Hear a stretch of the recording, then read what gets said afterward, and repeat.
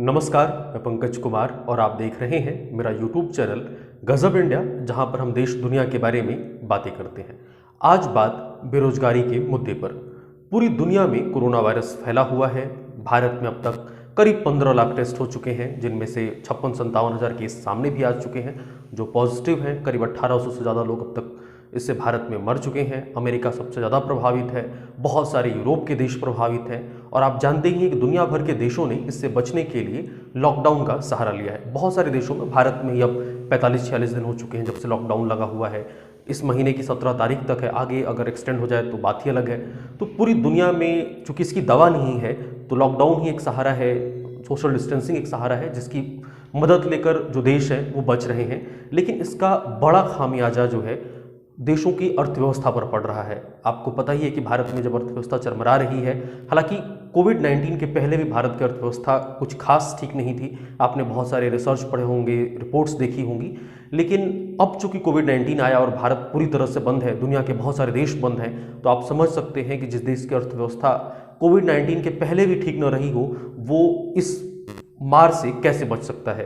तो भारत में कोविड-19 की जो मार पड़ी है, जो अर्थव्यवस्था पर जो मार पड़ी है, वो एक अलग कहानी बयां कर रही है। जो अर्थव्यवस्था के मामलों पर राय रखने वाला जो थिंक टैंक है, इकोनॉमिक थिंक टैंक है, centre for the monitoring of Indian economy, उसने कुछ बहुत महत्वपूर्ण डेटा जारी किए हैं जो काफ़ी चौंकाने वाले हैं और चिंता का भी विषय है। अप्रैल में भारत में करोड़ों लोगों ने अपनी नौकरी खो दी है। तो आज मैं आपको वो भी डेटा दिखाऊंगा, साथ ही मैं अमेरिका की भी बात करूंगा, क्योंकि जो दो बड़े देश हैं, एक तरह से एक अर्थव्यवस्था के मामले में आप अमेरिका को ले सकते हैं और ह्यूमन रिसोर्स के मामले में आप भारत को रख सकते हैं। भारत में 1.25 करोड़ की आबादी है, अमेरिका में 32 करोड़ की आबादी है। तो भारत में कितने लोग बेरोजगार हुए हैं, तो दरअसल अप्रैल के महीने में जो आंकड़े आए हैं, जो centre for the monitoring of Indian economy ने जो आंकड़े जारी किए हैं, उसके मुताबिक अप्रैल में करीब 23% से ज़्यादा जो है बेरोजगारी की दर भारत में बढ़ गई है, जो 3 मई वाले सप्ताह में खत्म होकर ये 27% तक बढ़ गई थी, जो अब तक का रिकॉर्ड हाई है। इस चार्ट के माध्यम से आप समझ सकते हैं कि भारत में कैसे बेरोजगारी की दर बढ़ी है और अप्रैल में कैसे इसमें एक अचानक से बहुत बड़ा जंप आया है। इसके अलावा मैं आपको कुछ उन राज्यों के बारे में बताता हूं जिनके यहाँ ये बेरोजगारी की दर बहुत ज़्यादा है। दरअसल 23.5% तो पूरे भारत का एक क्यूमुलेटिव एक आंकड़ा है, लेकिन अगर मैं इसको राज्यों में बांटूं, जो वो बड़े राज्य जहाँ पे इसकी मार सबसे ज़्यादा पड़ी है उनकी मैं बात कर लेता हूँ। तमिलनाडु, झारखंड और बिहार वो राज्य हैं जहाँ सबसे ज़्यादा बेरोजगारी की दर बढ़ी है। इसमें तमिलनाडु में 49.8%, झारखंड में 47.1% और बिहार में 46.6% हैं। हालांकि जो सबसे कम जो बेरोजगारी की दर जो आई है वो पंजाब, छत्तीसगढ़ और तेलंगाना है। पंजाब में 2.9%, छत्तीसगढ़ में 3.4% और तेलंगाना में 6.2% है। यानी कि अगर आप आंकड़ों को देखें, जैसे बिहार में बहुत ज़्यादा बढ़ा है, तमिलनाडु में बढ़ा है, इसके अलावा झारखंड में बढ़ा है, और कम कहाँ हुआ है, छत्तीसगढ़ और पंजाब जैसे राज्यों में। तो दरअसल जहाँ कृषि है, जहाँ पे कृषि मुख्य काम है और कृषि के लिए बाहर से मजदूर मंगाए जाते हैं, वहाँ पे जो बेरोजगारी की दर है वो कम बढ़ी है, कम है।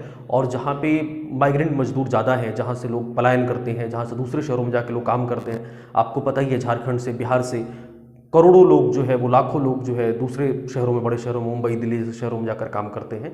तो वहाँ पे जो है बेरोजगारी की दर काफ़ी ज़्यादा बढ़ी है। क्यूमुलेटिव आंकड़ा जो भारत का है वो करीब 23.5% अप्रैल के महीने में है और 3 मई वाला जो सप्ताह खत्म हुआ इसमें बढ़ के 27% तक पहुँच गया है। अब बात कर लेते हैं, दरअसल एक और चीज़ मैं आपको बता देता हूं कि अप्रैल के महीने में भारत में जितने लोग भी काम कर रहे थे किसी भी सेक्टर में, हर 4 में से 1 आदमी बेरोजगार हो गया। आप समझ सकते हैं कि मतलब ये कितनी बड़ी संख्या हो सकती है अगर आप इसको देखें तो। इसको मैं और सेक्टर वाइज डिवाइड करके आपको बता देता हूँ। Centre for monitoring Indian economy के मुताबिक अप्रैल महीने में छोटे उद्योग धंधों में काम करने वाले 9 करोड़ 10 लाख मजदूर बेरोजगार हुए हैं। वहीं 1 करोड़ 80 लाख व्यवसायी और 1 करोड़ 70 लाख मंथली सैलरी पाने वाले लोग बेरोजगार हुए हैं। हालांकि 58 लाख लोगों को कृषि के क्षेत्र में काम मिला है। यानी कि एक बात जो बहुत साफ है कि काम उन्हीं को मिला है जहां पे कृषि है, कृषि के क्षेत्र में मिला है। बाकी जितने उद्योग धंधे हैं सब ठप पड़ गए हैं और करोड़ों लोग भारत में बेरोजगार हो गए हैं।